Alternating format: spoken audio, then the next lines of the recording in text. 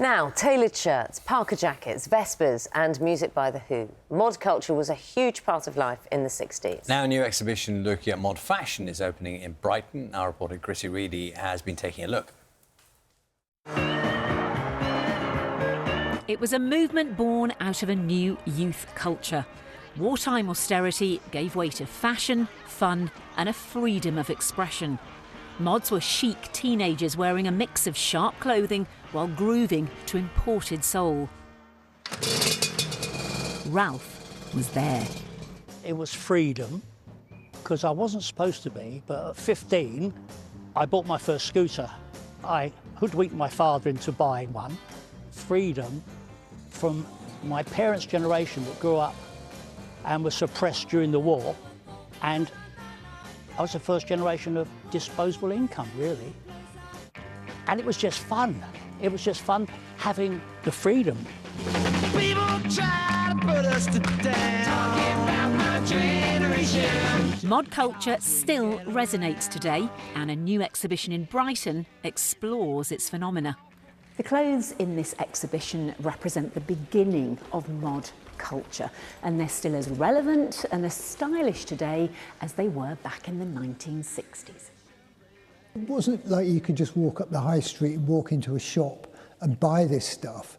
It took a lot of kind of seeking out entrepreneurial spirit, basically, of young kids at that time importing stuff from Italy, from France and from America.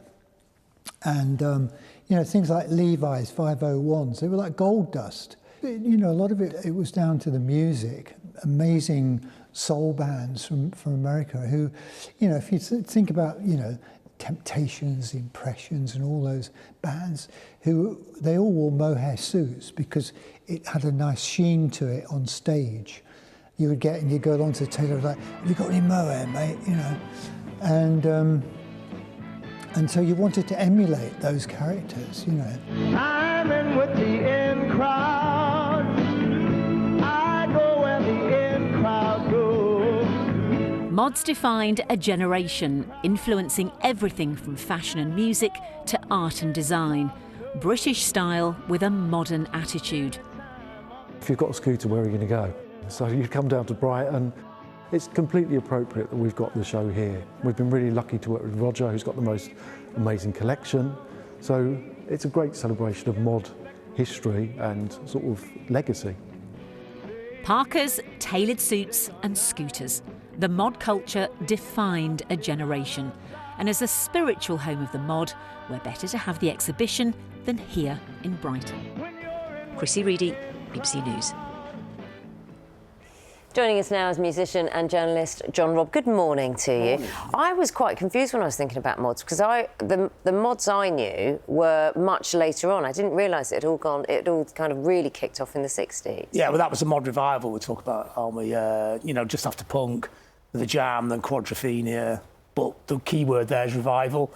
But it's weird because it seemed like 100 years ago at that point in time that mod had actually existed. But this is all weird. It all blurs together now, doesn't it? I just don't think it feels old at all, the fashion. Yeah, I think it's just such an eternal culture. It's such an eternal influence on pop culture. In lots of ways, clothes, music, lifestyle equation. I think it's set the staple for what British pop culture was, wasn't it? You know, British pop culture is not just about the music, is it? I mean, this is a generalisation. American bands tend to wear jeans and T-shirts, but British bands always dress up.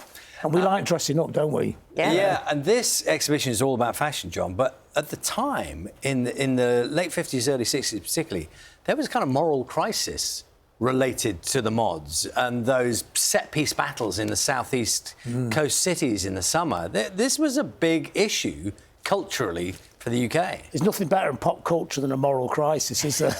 If you're a teenager, you're just going to be there straight away. Yeah. Like when we were growing up with punk, 'cause the minute it becomes controversial and your parents hate it, that's the thing you want, and that goes through every single generation. So, yeah, the mods and the rockers was part of that, wasn't it? It seemed like a civil war was happening in Britain, a style, culture, civil war. And the look was very important, wasn't it? We saw some of those archive images of those, the men and women on the scooters in those places in very identifiable outfits. Yeah, I mean, that's what this exhibition looks like. I mean, I'm looking forward to going to it. It looks like a fantastic exhibition, but all great British pop culture is about the buttons, you know, and the socks. It's really as important as the music. The music soundtracks, the clothes, it's the whole equation in it. And I think Mod captured that more than anything else. So, in a sense, even though people don't dress as much like that now, the whole aesthetic and the idea that its clothes and the music are entwined comes from the mod culture.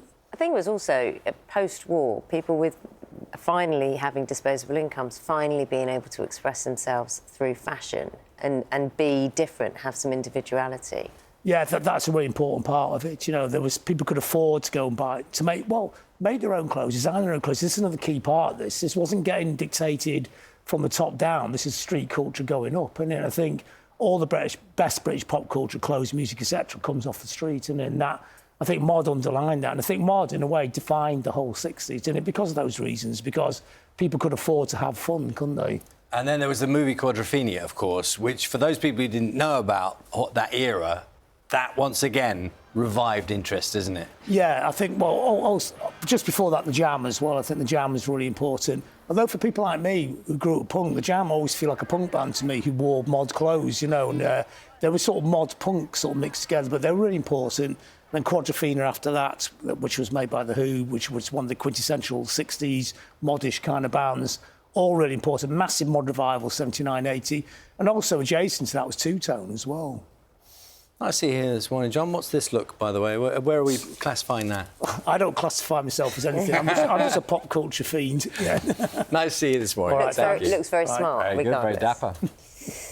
We'll be back with the headlines at 9 o'clock.